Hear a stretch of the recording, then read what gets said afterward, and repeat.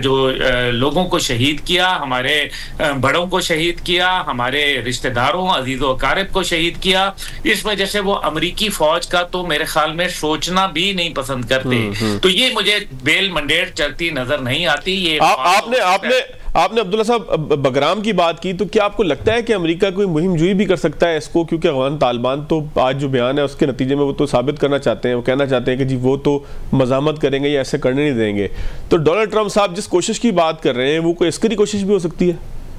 دیکھیں، زیادہ سے زیادہ ڈونلڈ ٹرمپ ان کے اوپر میسائل اٹیک کر سکتے ہیں، یا پھر ان کے اوپر ایریل کوئی اٹیک جو ہے وہ ہو سکتا ہے، اور اس کا بھی کوئی جواز نہیں بنتا. اس سے ایک دفعہ ریجن پھر جو ہے ڈی اسٹیبلائزیشن کی طرف، اور پاکستان خاص طور پہ اس سے متاثر ہوگا. دوسری جانب جو ہے روس اور چین جو ہے، میرا خیال ہے کہ اب اتنے وہ مضبوط ہو چکے ہیں کہ اس قسم کی کوئی بھی مہم جوئی جو ہے اس کے لیے میرے خیال میں ان کی طرف سے مدافعت کی امید کی جا سکتی ہے. تیسری جانب جو ہے وہ ابھی صدر ٹرمپ نے جو ہے چائنا کو دھمکی دی ہے بہت بڑی تائیوان کے معاملے کے اوپر، تو اس کو بھی میرے خیال میں دیکھنا چاہیے، کیونکہ یہ بار بار دھمکی، دھونس، دھاندلی اور جو لڑائی جھگڑے کی باتیں، اور خاص طور پہ جب سے یہ شروع ہو گئیں، جب سے ڈونلڈ ٹرمپ نے وزارت دفاع کو جو ہے وزارت جنگ کا خطاب دے دیا، وار منسٹری جو ہے اور وار منسٹر جو ہے وہ کہلوا رہے ہیں.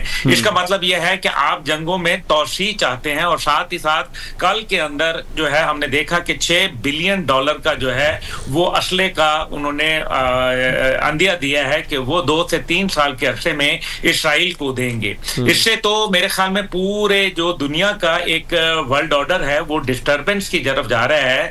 رانا ثناء اللہ صاحب اور خواجہ آصف صاحب محترم ہیں، اور انہوں نے جو یہ بیان دیے ہیں میرے خیال میں ایک دباؤ کے تحت ہیں. پاکستان بھی میرے خیال میں ایک پریمپٹیو اسٹرائک ڈاکٹرن کے تحت جو ہے وہ کچھ ٹھکانوں کے اوپر تو نشانہ بنا سکتا ہے، جیسے ماضی میں جماعت الاحرار کے اوپر انہوں نے حملے کیے تھے فضائی پاکستان نے اور بڑے کامیاب ہوئے تھے. لیکن انٹیلیجنس بیسڈ آپریشن جو ہیں وہ میرے خیال میں جاری رہیں گے. لیکن اس کے علاوہ بوٹس آن گراؤنڈ، یعنی کہ براہ راست جنگ کے اندر اپنے آپ کو جھونکنا ایک ایسے وقت میں جب $10 بلین کا افغانستان میں جدید ترین امریکی اسلحہ موجود ہے، اور بھارت یہ چاہے گا کہ آپ اپنے مغربی بارڈر پہ مزید الجھ جائیں. میرا نہیں خیال کہ پاکستان کی اسٹریٹجک جو پالیسی ہے وہ اس کی فی الحال اجازت دے. ٹھیک ہو گیا.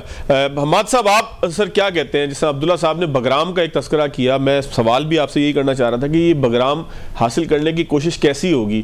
مطلب کیا کوشش ہوگی؟ ڈونلڈ ٹرمپ جب یہ بات کرتے ہیں تو ان کے ذہن میں کیا تھا؟ کوئی سفارتی کوشش ہے، کوئی ریکویسٹ ہے طالبان سے کہ جی مہربانی کریں آپ یہ دے دیں ہمیں بیس، جس طرح سے ہماری قطر کے اندر ہے، پھر ساتھ کچھ گارنٹیز بھی ہوں، کچھ انویسٹمنٹ کے وعدے بھی ہوں جس طرح سے ٹرمپ صاحب آج کل کر رہے ہیں، یا یہ کوئی عسکری جو ہے وہ کوشش ہوگی؟ اس پہ بھی بات کیجیے گا. پھر دو وزراء کے بیانات کو کیا ہم بالکل ایک پریشر ٹیکٹک سمجھ کے چھوڑ دیں، یا اس کے نتیجے میں ہم سمجھ سکتے ہیں کہ پاکستان نے سعودی عرب سے بھی کوئی بات کی ہوگی کہ جی ان کو سمجھائیں ورنہ ہم ان کے اوپر اٹیک کریں گے اور آپ ہمارے ساتھ ہوں گے، ہمیں پیسے دیں گے اس کام کے؟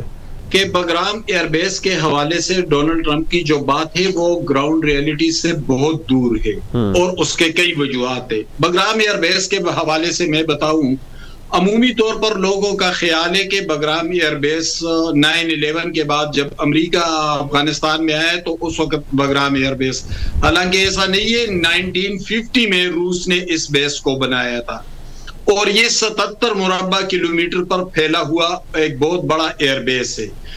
پھر 9/11 کے بعد جب نیٹو فورسز اور امریکہ افغانستان میں آئے تو انہوں نے ٹیک اوور کر لیا تھا.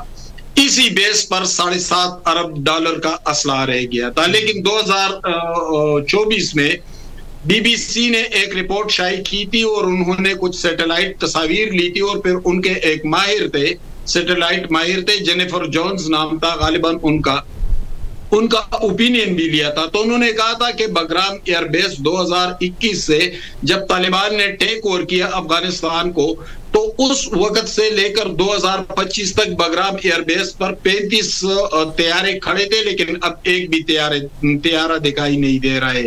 اسی طرح 40 کنٹینرز موجود تھے، ایک بھی کنٹینر نہیں ہے.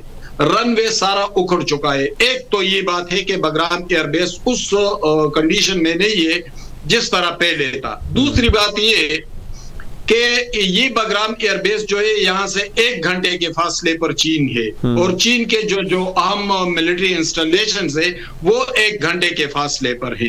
اس کے پشت پر روس ہے، اس کے فرنٹ پر پاکستان ہے. یہی امریکہ، اسی امریکہ کے رپورٹ میں ہے کہ افغانستان کے اندر بڑے بڑے دہشت گرد کیمپس ہیں، یعنی اس میں ٹی ٹی پی بھی ہے، اس میں تنظیم المجاہدین بھی ہے، اس میں حافظ گل بہادر گروپ ہے، داعش خراسان ہے، بہت سارے احرار تک، یعنی درجنوں ٹریننگ کیمپس ہیں. جب اتنے سارے خطرات ہو، جب وہ باگرام ایئر بیس اکڑ چکا ہو، جس پر اسلحہ جو آپ سے رہ گیا تھا وہ موجود نہیں ہو، تو پھر آپ ان حالات میں کیسے اس کو ٹیک اوور کریں گے، یا کس طرح آپ باگرام ایئر بیس پہ آئیں گے؟ وہاں پر تو آپ تو پاکستان کو دیکھیں، مثال کے طور پر پاکستان ایک مضبوط ملٹری قوت ہے، بارڈر پر فینسنگ ہوئی ہے، جو چترال سے لے کر آگے وزیرستان تک تو فینسنگ ہوئی ہے، فوج موجود ہے.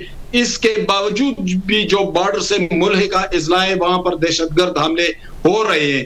تو جب پاکستان اس کو نہیں سنبھال رہا ہے، ابھی تک بمشکل دوسرے اضلاع کو بچایا ہے، تو پھر آپ کیسے آئیں گے کو ٹیک اوور کریں گے؟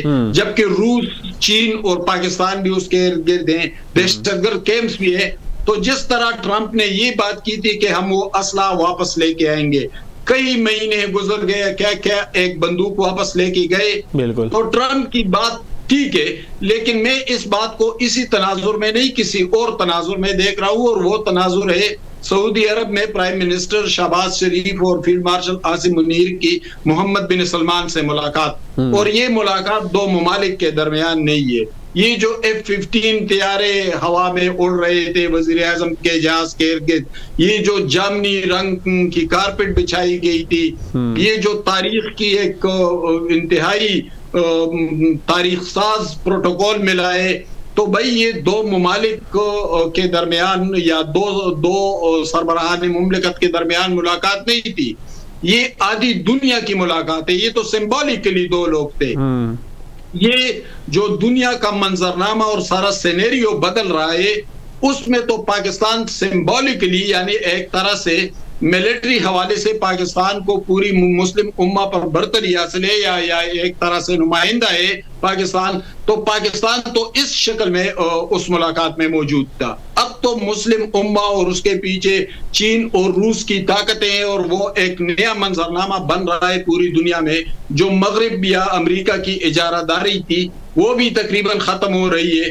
لیکن اس کو اسی تناظر میں دیکھا جائے، اور ٹرمپ کے بیان کو اگر اس کے ساتھ ملا کر ہم پڑھیں، تو پھر سارے حقائق جو ہیں وہ ہمیں آسانی کے ساتھ سمجھ آ جائیں گے. لیکن عملی طور پر باگرام ایئر بیس کو ٹیک اوور کرنا امریکہ کے لیے انتہائی مشکل نہیں بلکہ ناممکن ہے. ٹھیک ہو گیا. ماں صاحب میں دوبارہ آپ کی طرف آؤں گا. ذرا نجم صاحب سر آپ تبصرہ کیجئے گا. جو میرے دونوں باقی احباب تھے انہوں نے تو پورا ایک منظرنامہ بیان کیا ہے افغانستان کے تناظر میں، سعودی عرب اور پھر عالمی سطح پہ پاکستان کی جو اس وقت پذیرائی ہے. لیکن ہمارے وزراء کس حوالے سے بیانات دے رہے ہیں؟ کیا اس کو آپ جس طرح سے عبداللہ گل صاحب کہہ رہے ہیں کہ ایک پریشر ٹیکٹک ہے، اور جس طرح سے حماد صاحب نے بھی کہا کہ ایک تاریخی تناظر ہے اس تمام گفتگو کا، تو آپ کیا سمجھتے ہیں کہ یہ کوئی سیاسی محض بیان ہے، سیاسی پریشر ہے، یا اس کے پیچھے دونوں ایک وزیر دفاع ہیں ایک صاحب تو جن کا نام خواجہ آصف ہے، یہ کس تناظر میں بیان دے رہے ہیں دونوں؟ یہ پاکستان کے تناظر میں بیان دے رہے ہیں فواد صاحب، اور میرا نہیں خیال کہ ہمیں امریکہ کی ترجمانی کرنی چاہیے یا افغانستان کی کرنی چاہیے یا ہمیں اس تنازع میں چین کی کرنی چاہیے. اگر پریزیڈنٹ ٹرمپ یہ کہتے ہیں کہ انہوں نے باگرام ایئر بیس پہ قبضہ کرنا ہے تو یہ افغانستان کا ایشو ہے، وہ اس پر رسپونڈ کرے. اگر وہ چین کا نام لیتے ہیں تو چین اس پر رسپونڈ کرے. ہم 3 میں نہ 13 میں ہم خام مامے بن کے بیٹھ جاتے ہیں. ہمارا اس سے بظاہر اور اس سے کوئی تعلق نہیں، بلکہ جو تعلق ہے وہ بڑا عجیب ہے. آج جب آپ یہ پروگرام کر رہے ہیں تو آج وہ کیا ہے، استاد مرید گل رحمان جو ہے جعفر ایکسپریس کا ماسٹر مائنڈ، وہ افغانستان میں پراسرار طور پر اس کے مارے جانے کی خبر سامنے آئی ہے. 17 تاریخ کو یہ واقعہ ہوا، آج وہ خبر آئی. میں تھوڑا سا اس میں زیادہ اس لیے ہوں کہ شاید آپ کو علم ہو کہ جب اسامہ بن لادن اور ایمن الظواہری نے ایک پریس کانفرنس کی تھی افغانستان میں، تو بطور چیف رپورٹر دن میں 1999 کی بات کر رہا ہوں، میں اسامہ بن لادن کی اس پریس کانفرنس میں، ایمن الظواہری کی پریس کانفرنس میں موجود تھا. اپنے بہت ہی سینئر ساتھیوں انتقال کر چکے سعود ساحر صاحب کی بات کر لیں، رحیم اللہ یوسف زئی تھے، میں ان کے ساتھ موجود تھا. اب آ جائیں اس تناظر میں کہ جب ہم بات کرتے ہیں سعودی عرب کے ساتھ معاہدے کی، اور ہم اس کے ساتھ ہی دیکھتے ہیں کہ ہمارا پاکستان کے فوج کے ترجمان یا پاکستان کے وزیر دفاع یا پاکستان سے رانا ثناء اللہ، دیگر لوگ جو اچانک بات کرنا شروع ہو گئے افغانستان کے حوالے سے، تو فواز صاحب اس میں ایک لنک ہے، وہ مشترکہ لنک ہے دہشت گردی کا. پاکستان کو دہشت گردی کا سامنا ہے، اور یہ تھریٹ جو تھا یہ افغانستان کی سرزمین سے سعودی عرب کو بھی دیا گیا تھا. میں پھر کہہ رہا ہوں کہ میں اس پریس کانفرنس میں موجود تھا، اور CNN نے اس کو روٹس آف ہیٹرڈ کے نام سے جب ٹیلی کاسٹ کی تھی ڈاکومنٹری، تو اس میں میرے سوالات موجود تھے. اس کا پھر اسامہ بن لادن کا جواب بھی موجود تھا. تو ہمارا مشترکہ چیز جب ہم بات کرتے ہیں سعودی عرب کے ساتھ معاہدے کے حوالے سے، تو اس معاہدے میں جہاں پہ ہم ایک دوسرے کی سلامتی کے ذمہ دار ہیں، ایک دوسرے پر حملہ، ایک جو ہے ہم پر حملہ ان پر سمجھا جائے گا، ان پر حملہ ہم پر سمجھا جائے گا، تو اس میں انٹیلیجنس شیئرنگ بھی آئے گی، اس میں دہشت گردی کا خاتمہ بھی آئے گا. تو فواز صاحب، میں تو افغانستان کا ترجمان نہیں ہوں، میں تو پاکستان کا ترجمان ہوں. مجھے تو یہاں پر امن چاہیے، مجھے تو یہاں پر دہشت گرد نہیں چاہیے. وہ بہت بڑے مسلمان ہوں گے، ہم سے بہت اچھے ہوں گے، ہم بہت برے، بہت ناقص مسلمان ہوں گے، لیکن ایک بات ہے، مجھے اپنے بھائی، اپنے بیٹے، اپنے بچے مرتے ہوئے نہیں چاہیے، مجھے اپنے فوجی بھائی مرتے ہوئے نہیں چاہیے. اور اگر ہم افغانستان کے حوالے سے بات کرتے ہیں تو ہم دہشت گردی کے خلاف کرتے ہیں. ہم ہرگز خلاف نہیں ہیں. افغانستان ترقی کرے، افغانستان وہاں پر اسلام کو نافذ کرے، اس کو ایک آئیڈیل سٹیٹ بنائے، لیکن وہ اپنی سرزمین کو پاکستان کے لیے، یہ گل رحمانوں کے لیے کھلا نہ چھوڑے. وہ جعفر ایکسپریس سے وہاں پر اغوا کریں، ہمارے فوجی جوانوں پر حملے کریں، ہمارے اسکول کے بچوں کا بسوں کے اوپر حملے کریں. تو میں تو ان کی سپورٹ، ان کی ترجمانی نہیں کر